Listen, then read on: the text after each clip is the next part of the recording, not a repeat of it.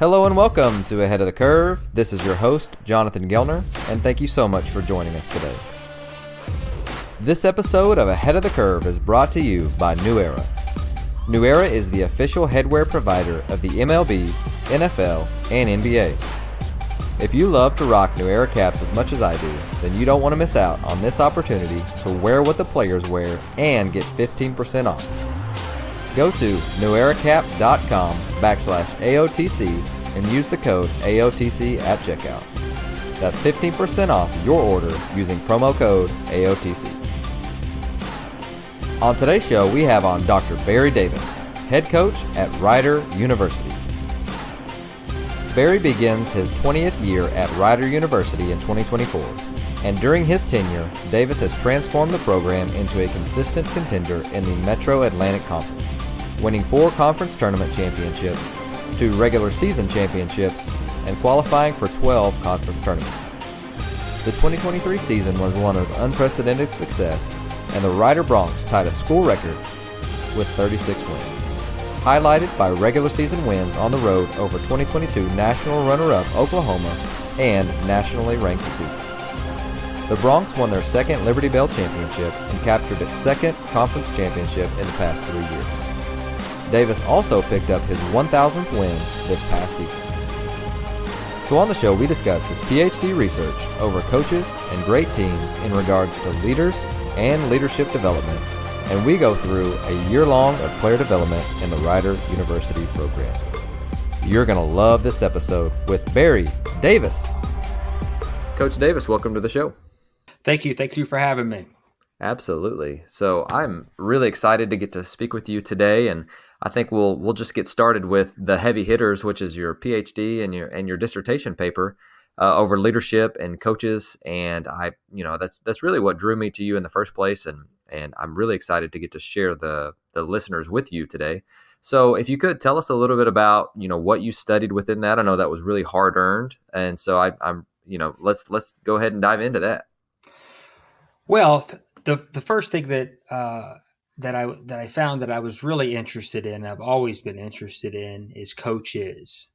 Not necessarily coaching, but coaches and the great coaches and the great programs, and how certain people, men or women, could take a program that struggles and be able to turn it around, where other people have taken over programs very similar or the same program and has not been successful. So what makes that particular person, that particular coach, what does he or she do that can transform a program from a perennial loser, to a recurring or sustainable winner?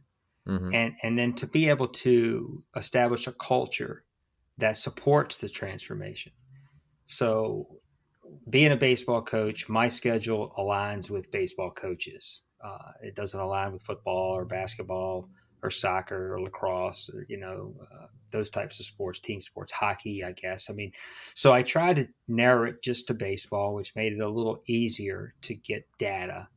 Mm-hmm. I selected 9 coaches that, in my view, who had taken over programs that had struggled and transformed them into winning championship level programs, and they were able to sustain that program for a number of years, and certainly they're continuing to do that as we speak today. So, being a baseball coach, had connections. I've been doing this for over 30 years, so I know a lot of people, and I was able to align and get with 9 coaches. And we focused on their experience in transforming their program, and the culture that they built to mm-hmm. maintain it. And that really was the dissertation surrounded those 2 areas. Those were the 2 research questions, mm-hmm. which was going back again, the experience in transforming it from a loser to a winner, and what was the culture built to maintain and support the transformation to continue it, moving forward. And I came up with 5 pillars that now has sort of developed into 6, because I've taken one and kind of split it up. And those pillars are: 1, most important, is leadership and leadership development. That was the number one factor that the coaches, when they spoke to me, they felt that was the most important. 2 was consistency. 3 was communication and consistent communication. So they were kind of tied together, but I split number 2 into 2 and 3. So consistency and communication. And number 3 was standards and expectations. Number 4 was the right fit, the right people. And number 5 was a growth mindset. So there's actually 6: leadership development, consistency, communication, standards and expectations, the right fit, and a growth mindset. And my theory is, as these are baseline factors that everyone needs, and they all have to be together.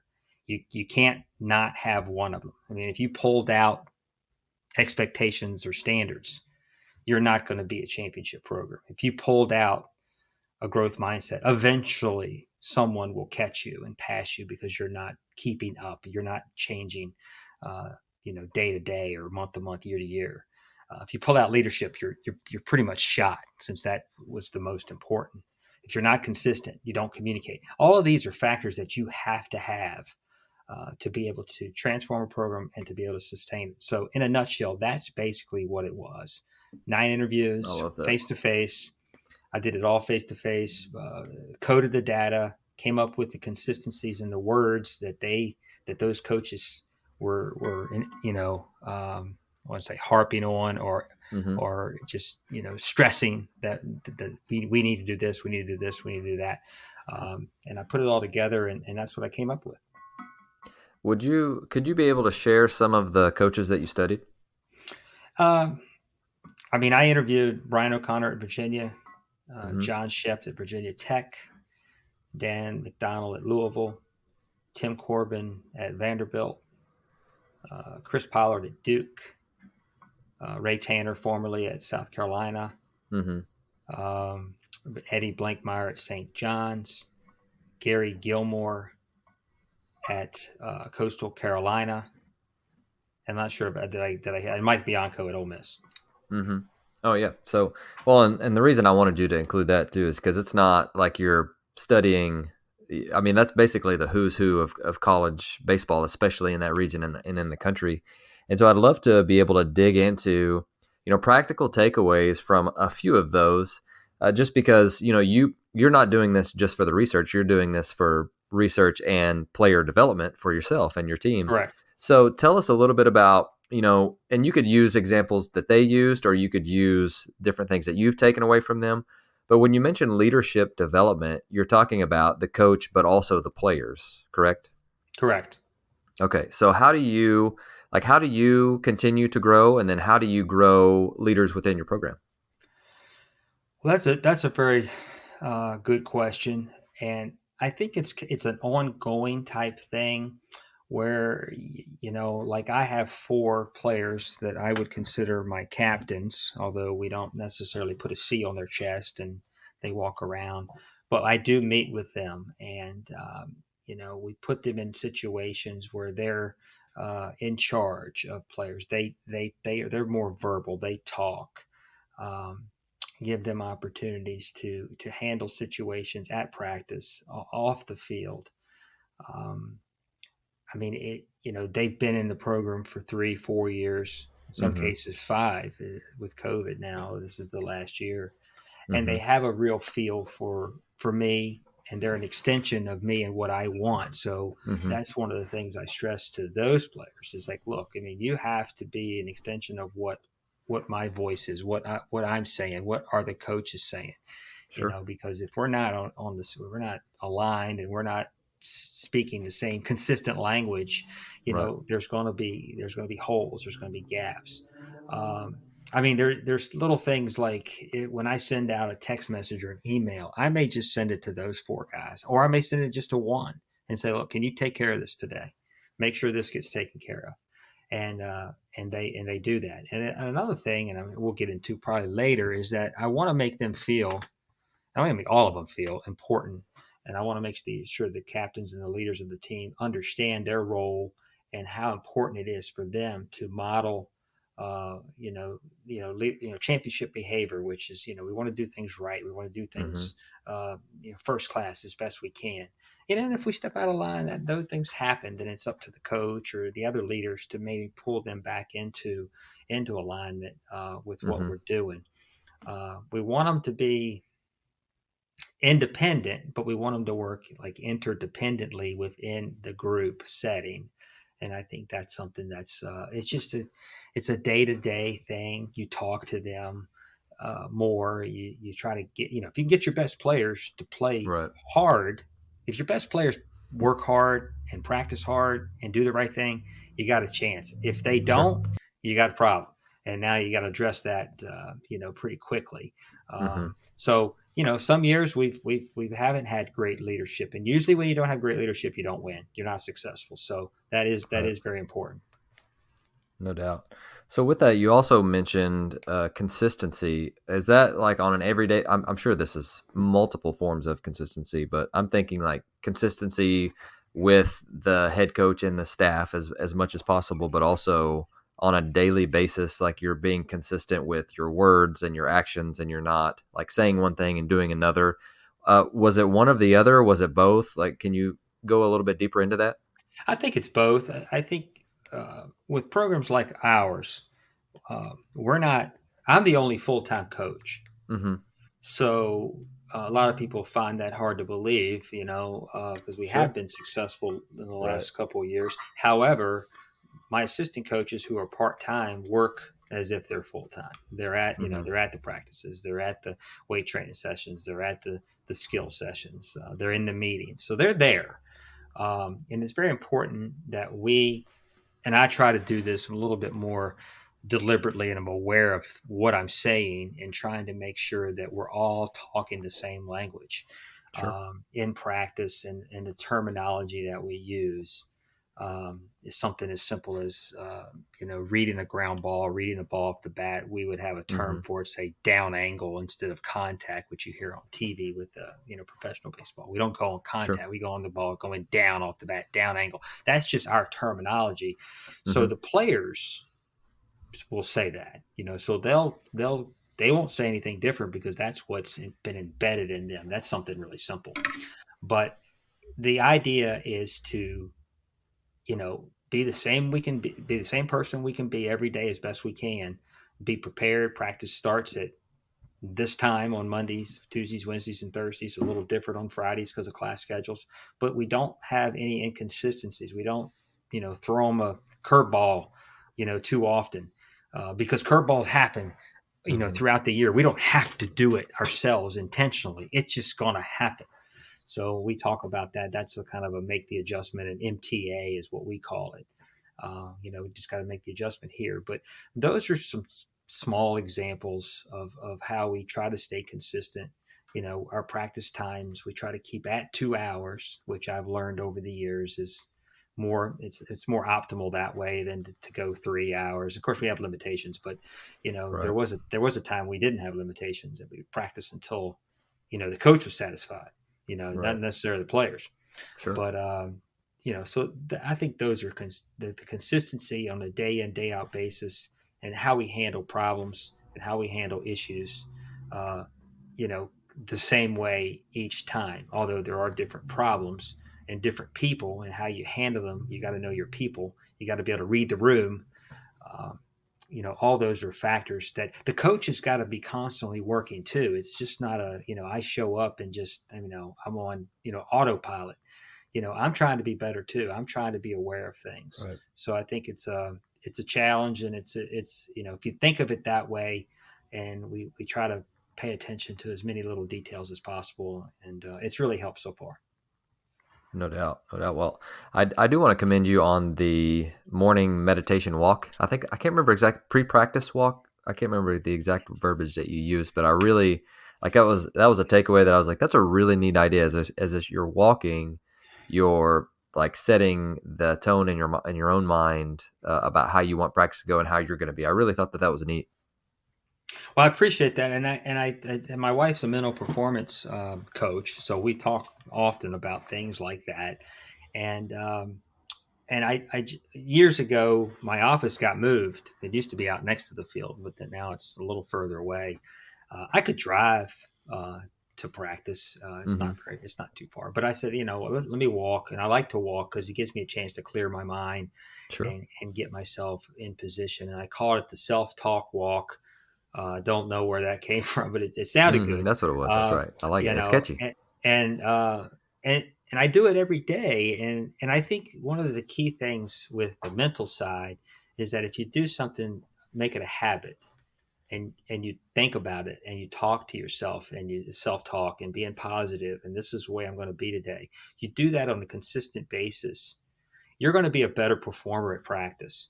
And I think one of the things I learned in a brief conversation I had with Dr. Wade Gilbert, who is a professor at Fresno State University, who's done numerous research articles on coaching. And I would consider him an expert on the science of coaching. I think that's how they label it. And he was stressing to me that, coaches have to perform too.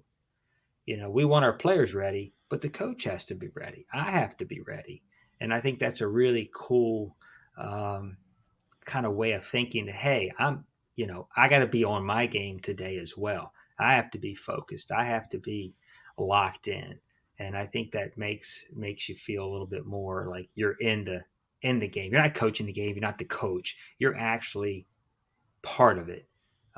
It's just the way I think of it, and the way he told me that, it just made so much sense. So I think a lot of coaches don't think of it that way. Maybe they do, but you're performing. You're actually, if you have a great day, there's a good chance your team's going to have a great day. So I'm going to make sure I'm ready to go. And that self-talk walk is a kind of a small step in having a great practice, which if you have a great practice, you have two great practices, and you have a good week, and then you have a good month, and then you have a good semester, and then you have a good year, and you just, it compounds, which is what we're trying to create when we do these on a day-to-day basis. Sure. No, really good. And a good reminder for me too, because I feel like I'm running around like crazy all day, and just to take a breath, to remind myself, why I do this stuff. And then, once we start practicing, you remember, the reasons why, because that's the best part of our day. And that's why we got into it in the first place. So with that, I want to get into just some development. So like, I hear different podcasts, and I was like, okay, like, this guy's a doctor and he did his dissertation over good coaches, and that's cool and all, but you win too. Like, it's not like you've won a lot in your career. So that's why I think that you are a very, a great candidate for the show, but also, somebody that I think we need to learn more from, is because you don't just, do the research and kind of write a book about it and get out of the way. You've also won, what was it, over 1,000 games now? Yeah, your 1,000th win Yep. this past season. So it's not like you're not using any of this stuff. You're just doing research. It's like you're using this on a daily basis. So let's talk a little bit about this fall. Like, what have you guys gotten into so far? And then kind of how have you progressed since the guys have gotten on campus? Well, we had a very good team last year. I mean, you could make an argument that it's a debatable, all the teams that I've had there, that this team was one of the best, if not the best. It certainly was the most accomplished team who Mm-hmm. put themselves in a position to possibly, we were a couple feet away from playing in a game to get to the super regional, which is a great. What's the word I'm looking for? Accomplishment for this particular program and the level that we play at. So that was very exciting. But now this year, we lost a lot of guys. We lost, a big portion of our offense. We lost our closer, who was an All-American. We lost our one of our better pitchers, starting pitchers. So, we're in a kind of a small rebuild. However, we do have some returners. We're young, so I think the development this particular fall is the focus on the things that we do a lot. Like, I mean, there's things that happen a lot in the game. Just simple things, simple stuff. Secondary leads, hit the cutoff man, execute the rundown, understand how to run the bases at each base. There is some bunting. There's base running incorporated in the bunting. just trying to keep it as simple as possible and stress those things that we have to be good at. Two strike hitting, uh, is something that we stress. And we've always stressed these things, but I think this year has been magnified a little bit because of our inexperience. We can't make it complicated. The more complicated we make it, the less our feet move. A kid's standing there thinking about what to do instead of just reacting. It's kind of like, you're trying to get the unconscious competence, level, which is when you don't think about it. You know it, but you don't think about it. And we're not there yet with a lot of spots on our roster. However, that's what the goal is. That's what the daily practice is. That's what the meetings are for. It's a constant day to day building of a team, which I think I enjoy. That is what I enjoy. Trying to rebuild the team, get a mindset of excellence, get a mindset that we want to be the best, and now we have to be good at all of these things, these fundamentals. And I think that's where our development is this particular year. Last year we were older, experienced. It was more of a turnkey. We just need to be mentally prepared and be consistent. And I needed to put them in the right spot. And my coaches did an absolute phenomenal job. My pitching coach, Mike Petrowski, my second assistant, well, not second assistant, but my hitting coach, Lee Lipinski, both those guys were unbelievable for me. Oh, I love that. Really good. So let's go with, what have you guys done as far as like a team development since you guys got back this fall? So talk to us a little bit about practice design. You're obviously turning over a ton on the new roster. So where have you guys chosen to spend your time? And then, what are just some different things that you guys do that feel like are pillars for you in the fall to develop your players? Well, each year we come up with a theme, a T-shirt that we like to wear when we work out. We lift weights or we do any type of conditioning. Everybody has the same thing on. I think that's one of the big things that we do is we want some uniformity. We go to practice, everybody has the same thing on for the most part. I mean, it maybe, long sleeve if it's cold, short sleeve if it's not, depend. But for the most part, when we go lift or when we do anything team wise, we all look the same.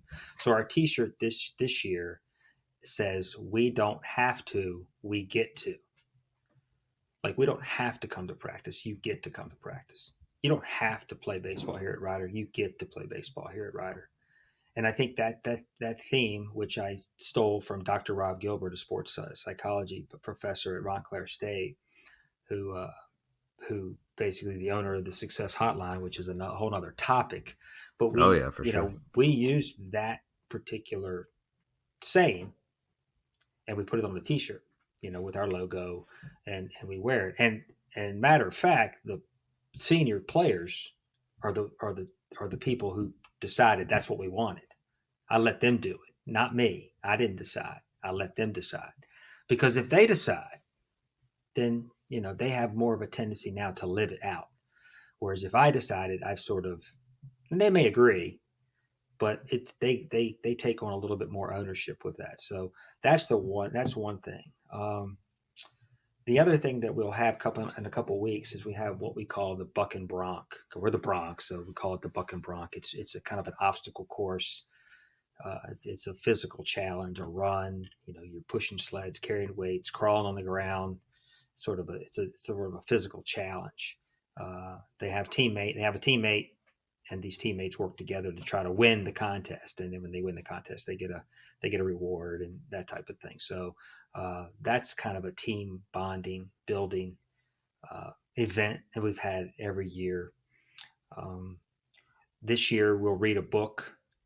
Again, this is the second year we've done it, which I thought last year was we suggested it. Mm-hmm. I suggested it, and I said, "Hey, what do you think?" So last year we read John Gordon's Energy Bus, which we put that into good use, and I think guys used it in a positive way. This year, our book is Chop Wood, Carry Water, and that will be the book. And we just handed that out last week.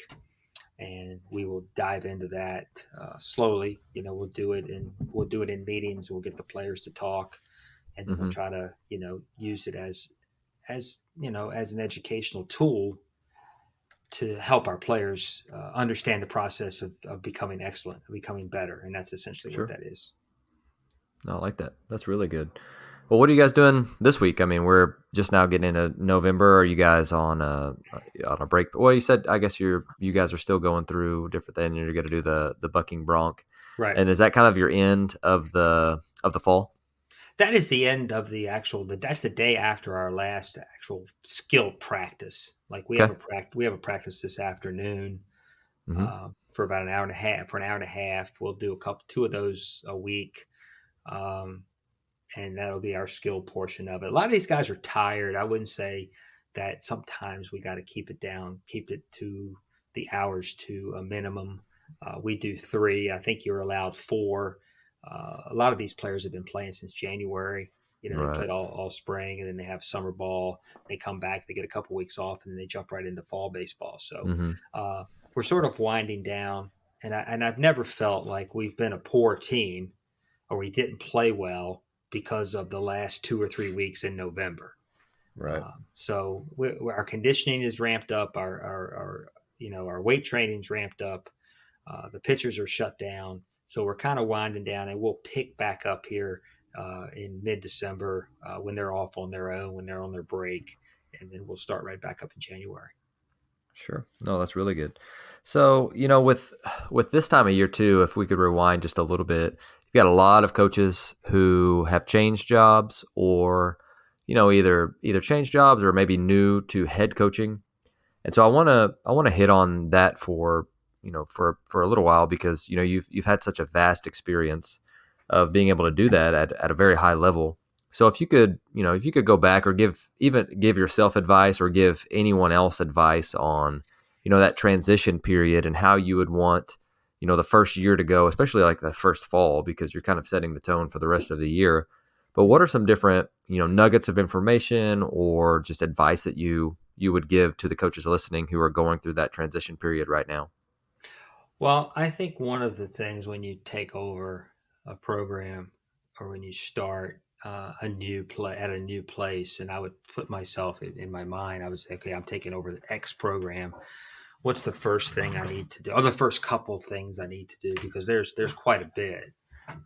One is obviously making contact with your players. Getting to know your players, letting the players know that I didn't recruit you necessarily. You're here, but I'm going to coach you as if I recruited you. You're my guys. Now we're going to have standards and expectations that are going to be maybe higher than what you're used to, because in most cases, when you bring in a new coach, uh, there's a reason. Most cases, they haven't won or they have struggled, so there is some issues there that you need to work through. And one of the things I found in my dissertation, my study, was that the attitudes of the players was the number one barrier that the coaches found to be the biggest issue that they had to Hmm. overcome was the Okay. attitudes of the Interesting. players. Now the attitude Sure. could be, a bad attitude and they don't want to work hard. They don't have discipline, self-discipline. Uh, Talent level might be low. An attitude in the sense that they didn't know how to win. They didn't accept win. They accepted losing very easily, or they didn't. They just had a difficulty, following instructions or standards and guidelines from the coaches. Maybe they didn't have any. So there's the attitude, the overall attitude of the players was sort of the theme that I found amongst the 9 coaches that I interviewed. Sure. And I think that's important. But when you take over, you're assessing the players that you have. You're making sure Mm-hmm. they understand that, hey, I'm going to coach you, and this is where we're at. This is what our standards are. This is what our expectations are. Um, I mean, you might go into a room and sit with them and then and go through what does a Ryder Bronc baseball player, what do you want them to look like? What are some of Mm-hmm. the things that are going to make up that particular player? What is it? What is it? What words are going to describe our program and the type of program that we want to be? What are they? And as we talk about it, you want to narrow it down to maybe 3 words, 3 or 4 words, uh, an acronym if it fits. I mean, it's up to you how you do it. But I think that's one of the things. So right off the top of my head, if I were to say it, I would say, all right, commitment. We're going to be committed to each other. We're going to be committed to the goals of the program. We're going to be committed to the values that we have, and what are those values? We're gonna have grit. We're gonna have toughness. We're gonna work when things aren't going well. Grit would be maybe the word. Another word Sure. would be excellence. So we want to be the best at everything we do. First we'll be best, then we'll be first. That's something I heard years ago from Skip Bertman. And Yeah, I like that.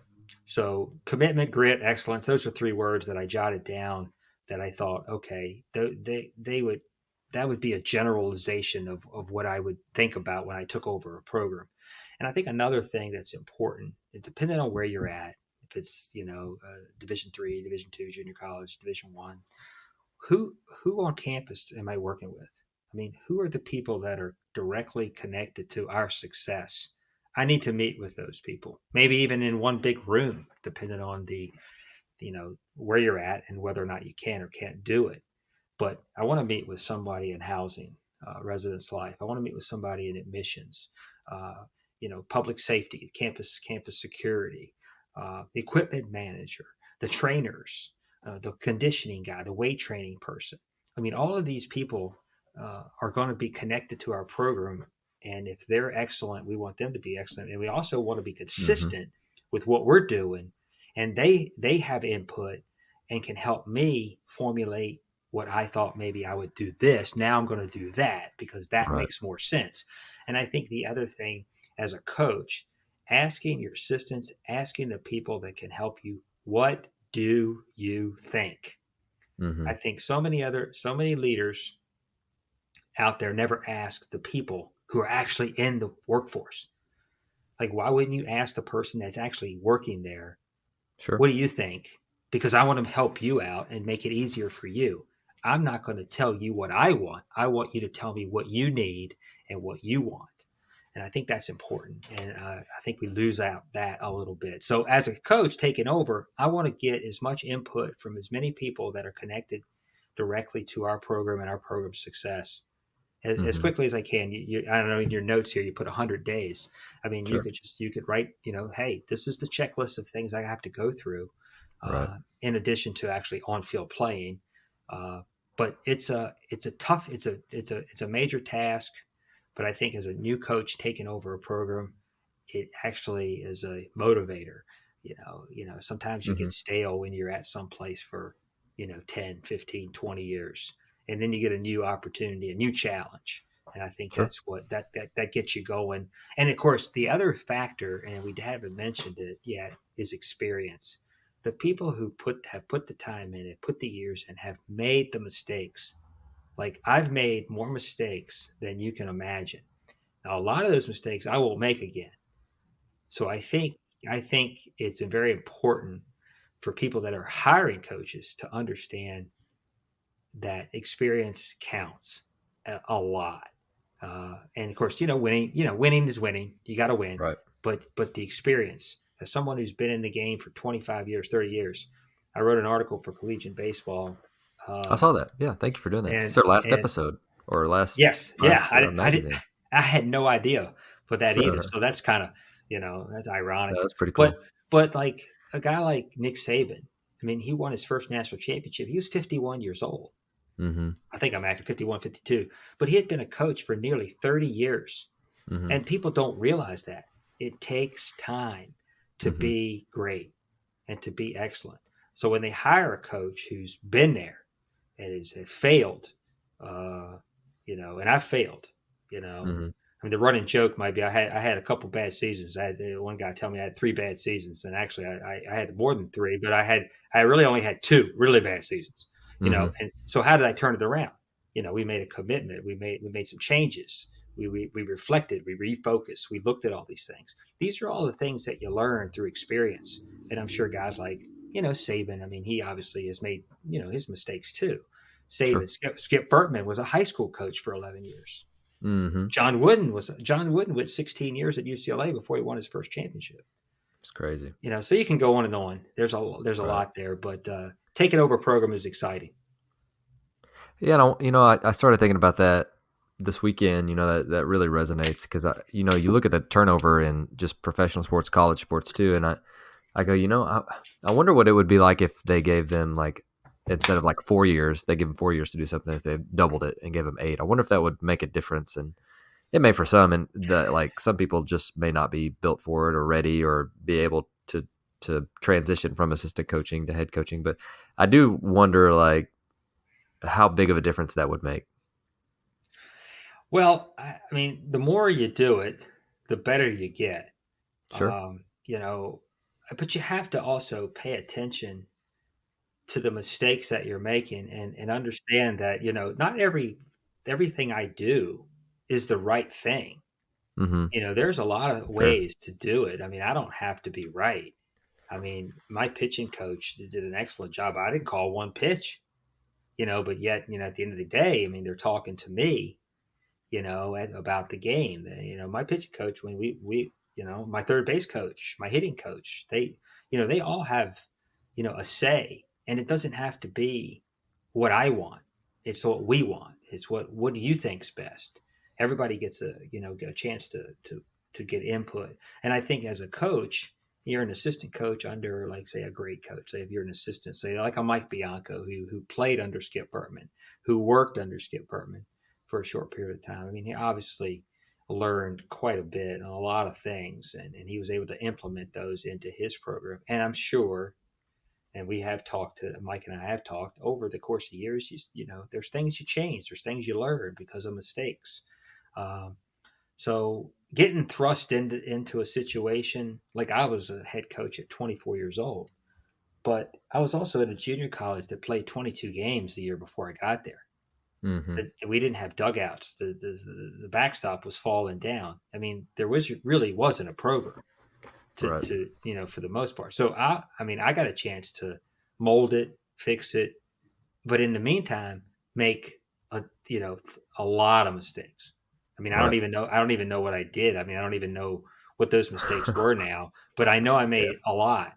Right. But I was given that opportunity because I wasn't under the microscope like they are today. I mean, Sure. their coaches are getting fired. They just fired the football coach of the Las Vegas Raiders. He hasn't even finished the second season. Now, Yeah. Yeah. maybe it's probably a good move. I don't know. I mean, the record speaks for itself. He hasn't done very well, but I don't, Mm-hmm. But what I'm saying is, he didn't get 4 years. He didn't get 5 years. He didn't get a chance. I Right. mean, the time to win is now, and that's another thing why when you talk about coach selection, you got to get the right guy or gal, and you got to Mm-hmm. look at a lot of factors. You got to look at the experience. You got to look at how they handle tough situations, and are Right. they continuously wanting to grow within the position of the head coach. Sure. Well, and one of your pillars is fit, right? You have to find the right fit, and some of those guys just may not be fit with the organization because you look at Pete Carroll, and he got fired, and then built a juggernaut at USC, and has since won a Super Bowl. I mean, and there's numerous examples of that, of guys that have not had as much success as warranted by the organization or the team, and then gone on to have successful careers. And it's just interesting, and I think that a fit is a huge one for sure, and it's obviously important to you, and why you included it in your dissertation paper. Oh yes, I mean, I think of the years that we struggled, I would put the having people that did not fit top of the list. I think our standards and expectations are always the same. I've always had a growth mindset, maybe a little more now because I'm a little more in tune to what it means. Uh, but if you don't have the right people, you can have all those other things, and you're going to struggle. And that's an important one. It was number 4. It could even be number 5 on the list now, but I still think that's one of the top two, three that you need to have. You got to have the right people. Right, for sure. So let's go ahead and let's get into some of your in-season stuff. So let's talk about you get your guys back from winter break, and we're praying that everybody does everything right and everybody comes back healthy and does what they're supposed to. So when you start in January, what's the focus? Where do you guys spend a lot of your time, and how do you know, or how do you like have a feeling whenever your guys are ready that you're able you're able to do X, Y, or Z, or you guys are able to accomplish this, that, or the other? Like, how does how does a coach who's been doing it for a long time know when his team's ready in January? Well, you never know quite ready. I mean, you never, Sure. you never Fair. know 100%. But I think what you do is you certainly, even like today's practice is part of next spring. I mean, if we're good today, we're doing something today that we're gonna do in the spring as well. But the two of the most important things that we try to stress early in the season, of course, we're in the Northeast, so winter sometimes can play havoc with our practice schedules. We have an indoor facility, fortunately, but we need to get our pitchers ready, and we need to get our hitters ready to see live pitching, and that's really the focus. If we had to pick two things, we have to do that. Because if you can't pitch, you know that you struggle. If you can't hit live pitching, see live pitching as much as possible. Indoors is certainly much different than outdoors. So when we get opportunities to go out, we do. Uh, so the winter a lot of times will dictate what we can and can't do. I mean, I've actually in some years, I mean, we've had so much snow that we can't get on our turf field, which is a practice field that we have. That we have to go in the parking lot. We'll literally be hitting ground balls in the parking lot. So we've done that too. So I think the two keys are pitcher, pitcher arm, get their arm ready, as game ready as possible, and then get our hitters ready. And then the other things, ground balls, throwing, team defense. We hope that we've done enough, previous seasons, the fall, and that we go into it as much as we can. But those are the two. Those are the two that I would say are the most important for us, not necessarily someone down in Georgia or someone in Florida or Sure. Texas or Mississippi, Alabama. For us, it's get the pitcher ready and get the hitters as close to game speed or ready as possible. And if we do that, then I feel like, okay, first weekend's always kind of a struggle, but every weekend we get a little better, a little better, a little better. And we try to take advantage of every single chance we can to get outside, even if it's really Hmm. cold. We have to get out if we can. And the more we do it, the better we're going to be. Sure.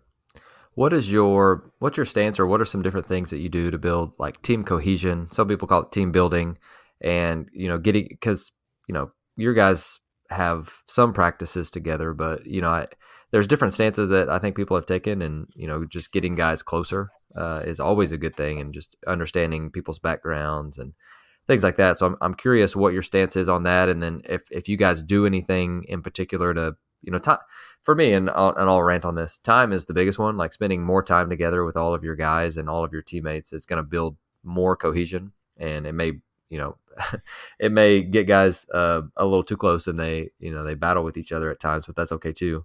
But with that, I think constructing really good, because you're getting guys from all parts of the country too who may not know each other. So I'm curious what your thoughts are on how to build like a close knit team and some team cohesion.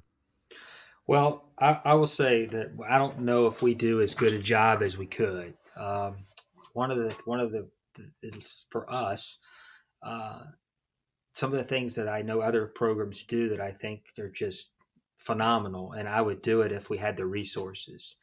But I'll give you an example. If we had the resources, I think it's to take a trip. In our case, we're our budget it limits us to some things. So the reading of the book, the group together. When we travel early in the season, we probably play our first 20, 22 games on the road. So, eating dinner together, being on the bus together, just meetings. Um, I mean, there's last year we did some community service with what's called a Miracle League, which is handicapped kids playing baseball. So I thought that was a good team building activity where we could actually let our hair down, so to speak, and go and work with Sure. kids who are not Hmm. as fortunate as we are. That's Um, wonderful. but I think that one of the things that I would like to do is to be able to take a trip, to be able to go somewhere at like an educational trip, Hmm. like go to New York City and see a Broadway show, go to 9/11, the monuments there. Now, most of our kids are from this area, so a lot of them probably have already done that. But that's just an example.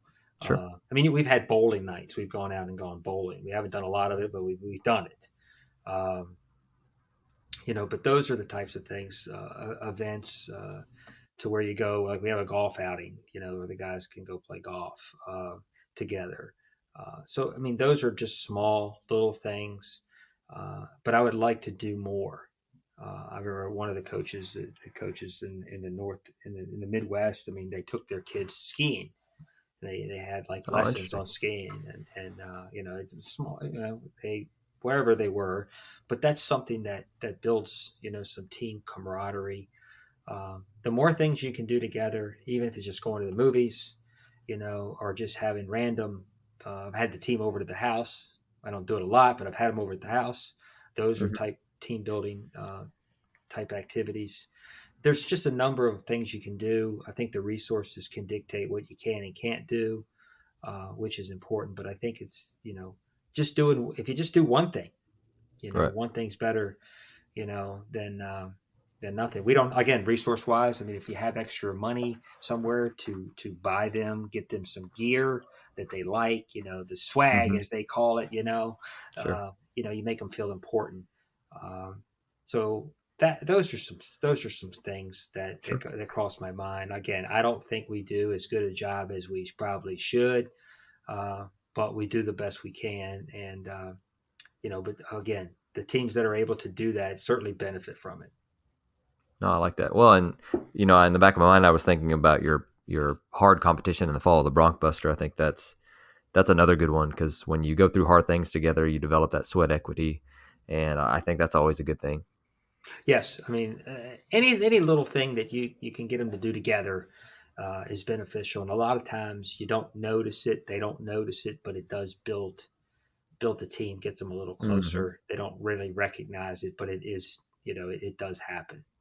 Sure, for sure. So let's go into you. So you get into the season and things are rolling. You guys are playing a couple days a week. What is your like process on making sure you're conducting practice efficiently in season? So even now, you said we you have a really good pulse for being a head coach and for the team because you've done it for a long period of time and you're very like intentional about noticing that because you're like, yeah, we're just the guys are a little tired. They've been playing since January, and I found myself going the opposite side of like, okay, like we're not where we need to be. We need to do more. We need to do more. We need to do more. Things like that, and I feel myself doing that too. And I'm obviously this is year two as a head coach for me, and so just understanding that and understanding your team, I think is a vital thing. And I would love to know, like as the season progresses, what your process is on deciding when to push and when to pull, and then just if you've got any nuggets or tidbits on, hey, here I noticed X, Y, or Z, or if we played X amount of games, or some if you pay attention, I think people can have a feel for that. But it's also easy to get caught up in, hey, we've got a couple days off. We need to get in as much as we can while we can. And but yeah, I'd love to hear your thoughts on that. We can wrap on that for a little bit. Well, the season starts, usually with a trip down south, a number of trips. Like this particular year, we'll go to East Carolina and we'll leave on a Thursday morning very early, try to get down there, and we'll try to practice on their field, if time allows and weather allows and all those things, which will give us an opportunity to get outside, see the ball, move around a little bit, get acclimated to what's going on. I think when we do travel, we try to get there as early as we can, if time allows. So we're acclimated to the area as best we can. Plus it gives them a little bit more of a feel like, okay, I'm being treated well.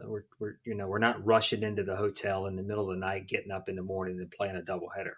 you know um, we try to give them plenty of time to relax, enjoy the trip, enjoy each other, get in the hotel, get to the practice field, get to dinner.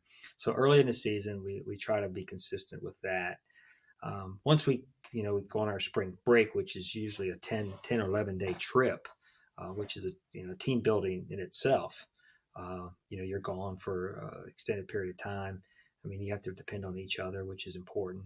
But as far as like the schedule, breakfast in the morning, we vary it depending on the night before when the game was. We try to be fair, get them at breakfast at 9 o'clock, 8:30, 9 o'clock. We don't set a time, but we do say, hey, you need to be down by 9 o'clock, or 9:30, whatever we decide the night before. we usually have a meeting, before we go to the field, about what to expect or what we think to expect, and like a pregame type talk, and we may have that the night before, depending on how many days we've been there. And then you play the game, you review the game at some point at the end. One of the things that we are going to incorporate this year is what's called a well, better, how. So at the end of the game, each player is going to put in, what they did well, what can they do better, and how are they going to do it? So something like a kind of a self-assessment of where they are within the game. So we're going to try that this year. But as far as our schedule, as the season progresses, we try to be smart in our practices and not overdo it. We try to obviously stress the things we're struggling at, the things that we need to improve on. But it's just a constant day-to-day, refocus, reflect, reassess, practice it, improve it, all the way to the end. As the season goes on, it's a long year, 50 games, 50 plus games, depending on where you're at. In our case, some years it's high 40s, low 50s. We dial it back a little bit. I coach probably less. I don't coach them as hard in May as I do in March. Because once we get to May, we're kind of, that's who we are, and we sort of let them play, and so that's kind of like been my philosophy over the years. That sort of just occurred. Like I always felt like, okay, I can't really do anything now in the sense that I'm not going to change much. This is who we are. Let's be consistent. Let's just stay the course, and not get to go up and down. Just be consistent, right. a gradual climb, but not overwork them. Just it's all, you really just have to pay attention to what you think they're feeling, and then you can also ask them, like, what do you think? Like, what do you guys need a day off today? What do you want to do? And they may say, hey, can we hit for an hour? Sure. Okay. That's what we'll do. And then they feel like, okay, I have some ownership here. So I feel like, and that gives me the freedom. It makes me feel like, okay, they have a say in our success with the team. And I think that's important. So that kind of happens throughout the year. We pick and choose. Now, some days the coach has got to make a call, and that's just the way it's going to be. And I think they accept that too. So perfect. Yeah. And I think that's a good leadership development area too, of like when those guys can come up to you and say, hey, Coach Davis, like we haven't brought it lately. We need a day, but we're going to be bringing it, I promise, in 2 days. Yeah. And I think, is that something that they've done in the past? Yes. I mean, I had one young man call me and say, Coach, we need to get so-and-so in the lineup.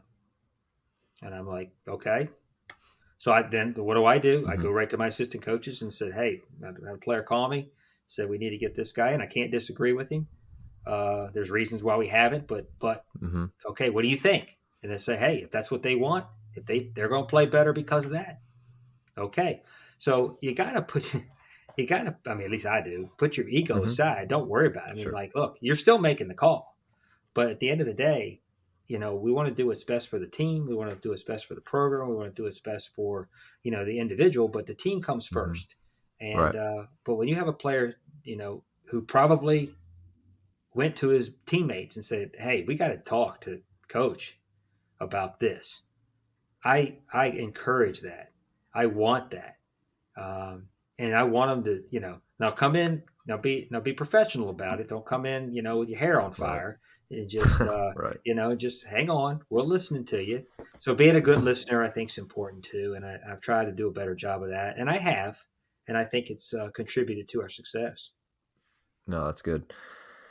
All right. So, and my point to that was the only truly way to build leadership is to give them opportunities to lead, and I think that they can learn about it, they can do it. But at the end of the day, it's so complex that it's so hard when we don't give them opportunities. So I've been looking for those too, and I've jotted down a couple notes from you to give our, we call it a leadership council, or just some leadership training captains, and giving them more opportunities and more say. Because and especially assistants too. I'm trying to do better at giving assistants different jobs and giving them some opportunities to lead. And I think, it's always a good thing whenever we can have shared ownership within the team. Absolutely. I I think it's a thing you have to overcome. And it's funny too. Every coach that I interviewed when they were young, they were, we're going to do it this way. I'm going to work them. I'm going to work them hard. I'm not going to be there's going to be no interpersonal relationships at all. I'm just going, I'm the coach. You're the player. And when I say you do this, you do this. There's not going to be any meetings. We're going to play it the way I want to play it. And I think over time, everyone's realized that I didn't have to do it that way. But I think you don't know. You don't know that. You don't know what you don't know. And then now, once you have experience it, you realize, listen, I don't have to be that way to get actually more out of them. Right. And so I think it's a really intriguing topic just to, coaching. You're not coaching soft, but you're being more personable with them and trying to help them understand that you are important and that I can make you better. Now, some days I'm going to have to push you. Now you understand that. How do you want me to coach you? That's another question. How do you want me to coach you when you're not doing well? When you're not playing well, you're not hustling. What do you want me to do? What do you want me to say? How do you want me to do? Do you want me to, do you want me to call your name out? Do you want me to, yell and scream at you in front of everyone? Probably not.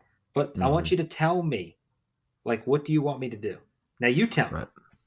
And you'll be surprised that they'll sit there and they'd probably be like almost dumbfounded to a point because they're not used to that. But you want them to tell you, like if a kid, like here's a story that I use and I remember. I'm a big Green Bay Packer fan. Okay. And Bart Starr was the famous quarterback of the 60s of the Lombardi Packers. And there was a practice one day where he made a mistake and Lombardi just jumped him in front of everybody, like just, lit into him. So at some point later on in that practice, Bart went over to Coach Lombardi and said, Coach, can I meet you in the office after practice? And he said, sure, absolutely. And so practice ends, they go to the office, and Bart comes in and says, Coach, if you want me to lead these men, you can't rip me. You can't criticize me in front of them on the field. Now, I can take your ripping. I can take it, but do it in the office. Don't do it on the field. And he said he never yelled at him again. Never. So the great Vince Lombardi, take a page from a guy that people think, hey, this is the way it's done. I'm going to do it my way. And that's really how he did it. However, when push comes to shove, when he knows what's best for the team, you got your leader, your quarterback, who you believe in, is telling you, earned it. Back off of me a little bit. We're going to be better if you do that. And Lombardi's smart enough to understand, okay, hey, my fault. I mean, that was the story Bart Starr had told. And I always remembered that. And I think that's something that's very important that we can learn from. You got your best players. I mean, one of the theories is if you ride your best player, you can ride anyone. Yeah, I get it. Yes, you're right. There's a time and place. So you got to be aware of that. You got to be able to read the room. You got to be able to see the emotional level there. So very, very interesting topic to discuss. And people are afraid that if they don't get on them, like really get on them, we're going to fail. I'm not doing my job. There's just so much to it. It's really interesting. Right. No, for sure. So with that, I got a couple quick hitters before you go, and I'd love to, pick your brain more, but I know we're trying to keep it brief here. And you basically could talk to you probably every day, and we wouldn't uncover all of the cool things that you guys do. But what's a drill that your players love that we can steal from you? Wow. Okay, that's an interesting one. I don't know how many drills they love where we're actually laughing and running around and I think I'm trying to think of a drill. I saw the question. I thought about it. Drills that they have fun doing. Anytime that you can put a competition together where there's a team A against team B, or this group against that group, whether it be hitting the ball the other way, putting like maybe not obstacles, but targets in the field with screens. We're hitting the ball the other way. And how many guys can hit that screen off the team? You know, trying to create as much little mini competitions in practice. I think that's fun for them.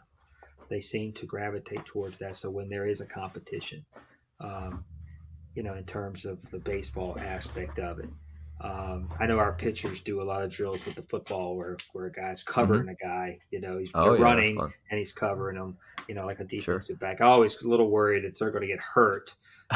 So I'm like, so I'm kind of Oh, like one pitchers eye, are athletes, right? yeah. So I've got one eye open, the other eye closed, just hoping that nothing happens. But they seem to enjoy that. But anything that creates some type of winner loser, they seem Mm-hmm. to enjoy. One of the things I've done, and again, you make things up as you go. Sometimes we take a player who's kind of the slowest player on the team, and we put him somewhere in a running contest against someone and give him like a 50-yard head start or a 30-yard head start. And then you pick like two Oh, players, that's good. you pick two or three players Mm-hmm. to race against him. And then the rest of them get to decide who they think's going to win. Oh, that's The good. slow guy or one of these other three or two or whatever number you decide. And then you have them move around on wherever we're at in a gym or outdoors. And of course, the team that loses has to do a little extra running, So they really get like, hey, if Michael is the slow guy and say, listen, Mike, you better not lose this. I'm pulling for you. And they get over here. I mean, they're rooting for their teammates to catch them, or they're rooting for their teammates to pass them, or him to win. That's Mm-hmm. fun. That becomes fun. And I do that on occasion at the end of a hard workout when their tongues are hanging out, maybe after a good conditioning session. And I Mm-hmm. found that sometimes livens them up and gets them going. We did something the other day in a meeting, and I picked this up somewhere. I read it somewhere.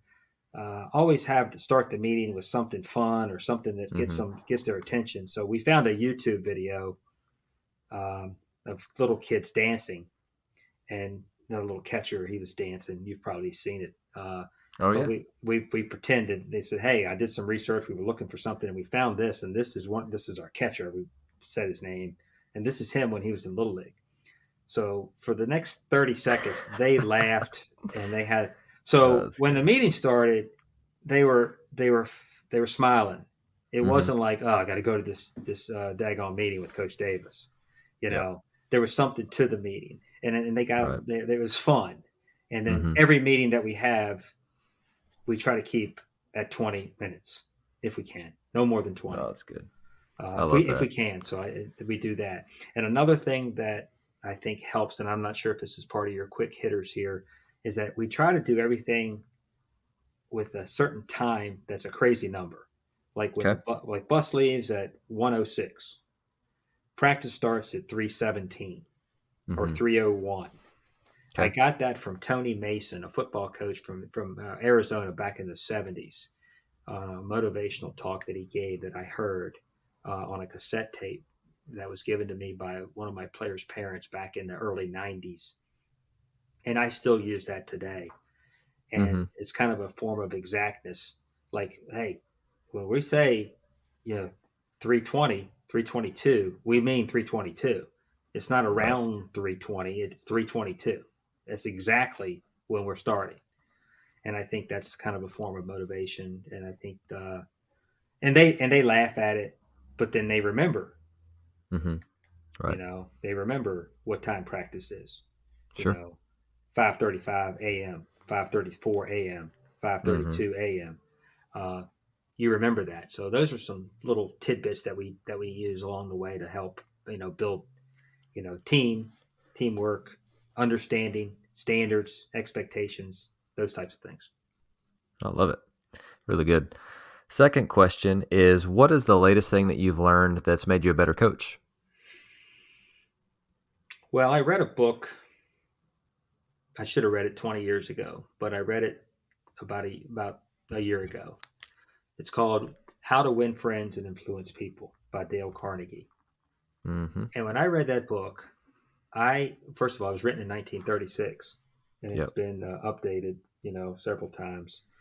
And I thought, okay, the one thing that I have tried to do is to listen to other people, ask them questions,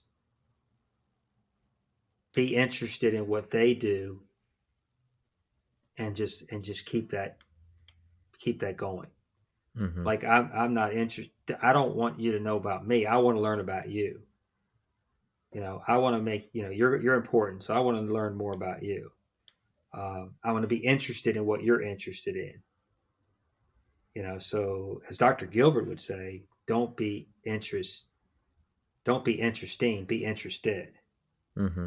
And I think that's something that I've tried to do, and I think it works. And when you meet someone new, or you're talking to someone, just keep asking them questions. Hey, Mm-hmm. where'd you go on vacation? What does your dad do? Where are you from again?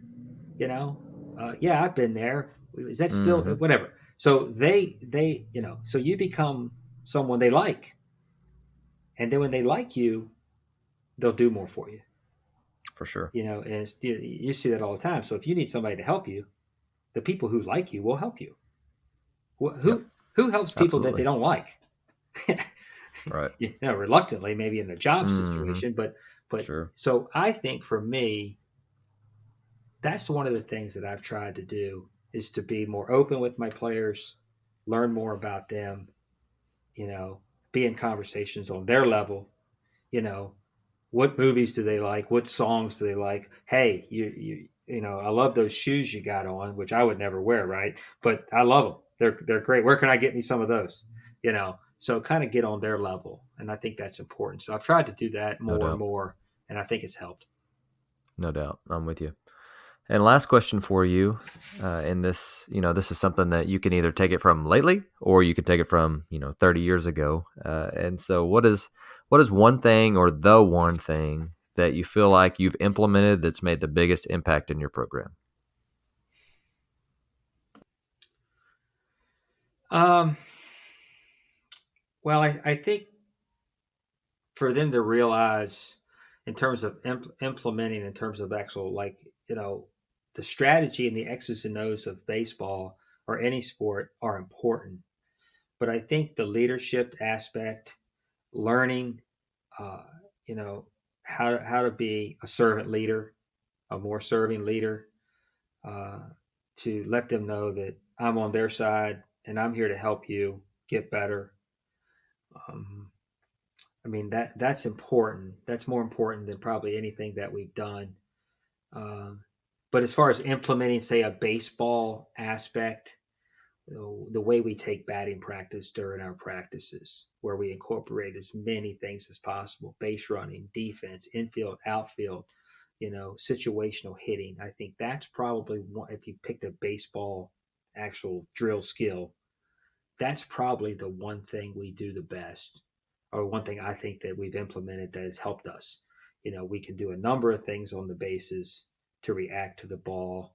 The hitter's hitting in a certain situation, whether it be hit and run, runner at second, less than 2 outs, runner at third, less than 2 outs, infield up, what are we looking for at the plate? Uh, two-strike hitting, hitting with a 2-1 count, 3-1 count, uh, hitting curveballs, hitting left-handers, moving, moving the ball around. Outfielders, creating situations for them without them having to throw the ball. They got to verbally call it out. I mean, that is probably the one thing that we've implemented in, I'd say, probably 15 years into my career, that I think has made a huge difference in our practices. It has a I lot of love that. flexibility. You can put a guy at third and he can react to the down angle contact, Mm-hmm. or he can have the infield up and see it through. The infield obviously up with a runner at third. Uh, there's things we do with our base running. The infield can play double plays. Every ground ball is a double play. Mm-hmm. Uh, runner first, hit and run and hit. Whatever. The pitcher's throwing the ball, he throws the ball in dirt. The guy reads it. So you can incorporate a lot of things, and it moves very quick for a freshman, Mm-hmm. because they're not used to it. because it goes fast. It can go fast. But I think that's the one baseball thing. And the non-baseball thing is just, the relationship of, letting them know that, hey, I'm here to help. You get to where you want to get to, but where do you want to go? I can't, Sure. where do you want to go? So those are two things I think. Oh, I love that. Well, Coach Davis, I appreciate your time and your willingness to answer questions so thoroughly too, because there's so many layers to having a good program, and you did a great job of providing context with some of the things that you provided today, and I appreciate that. And you were an open book. I love this conversation, and let me be the first to say thank you again. But I did want to, leave the mic open for you. If there's anything else that you'd like to discuss or anything else that you'd like to tell the listeners before you go, the mic is all yours. So, well, the one thing that I wanted to just, as a coach, a head coach, I mean, there's a lot of things that I think that are important out there. Uh, if you're interested in leadership and coaching and ideas, go to my website, drbarrydavis.com, sign up, subscribe. I do a newsletter, I do a blog. My consistency is usually twice a month, and we usually send that out to subscribers. Follow me on Twitter, at Barry Davis 42 and Dr. Barry Davis 42 on Instagram. I do have a YouTube channel that you can check out, and there's going to be more coming from that here in the near future as I continue to build what I would say is my brand in terms of coaching and leadership and things that I want to do in the future. So check all those things out, and I appreciate it if you do. Thank you so much for listening to Ahead of the Curve. If you would do us a huge favor, leave a rating or review wherever you are listening. And if you enjoyed this episode, share it with someone and tag us on social media. That would help us so much with growing the show and helping others to stay ahead of the curve.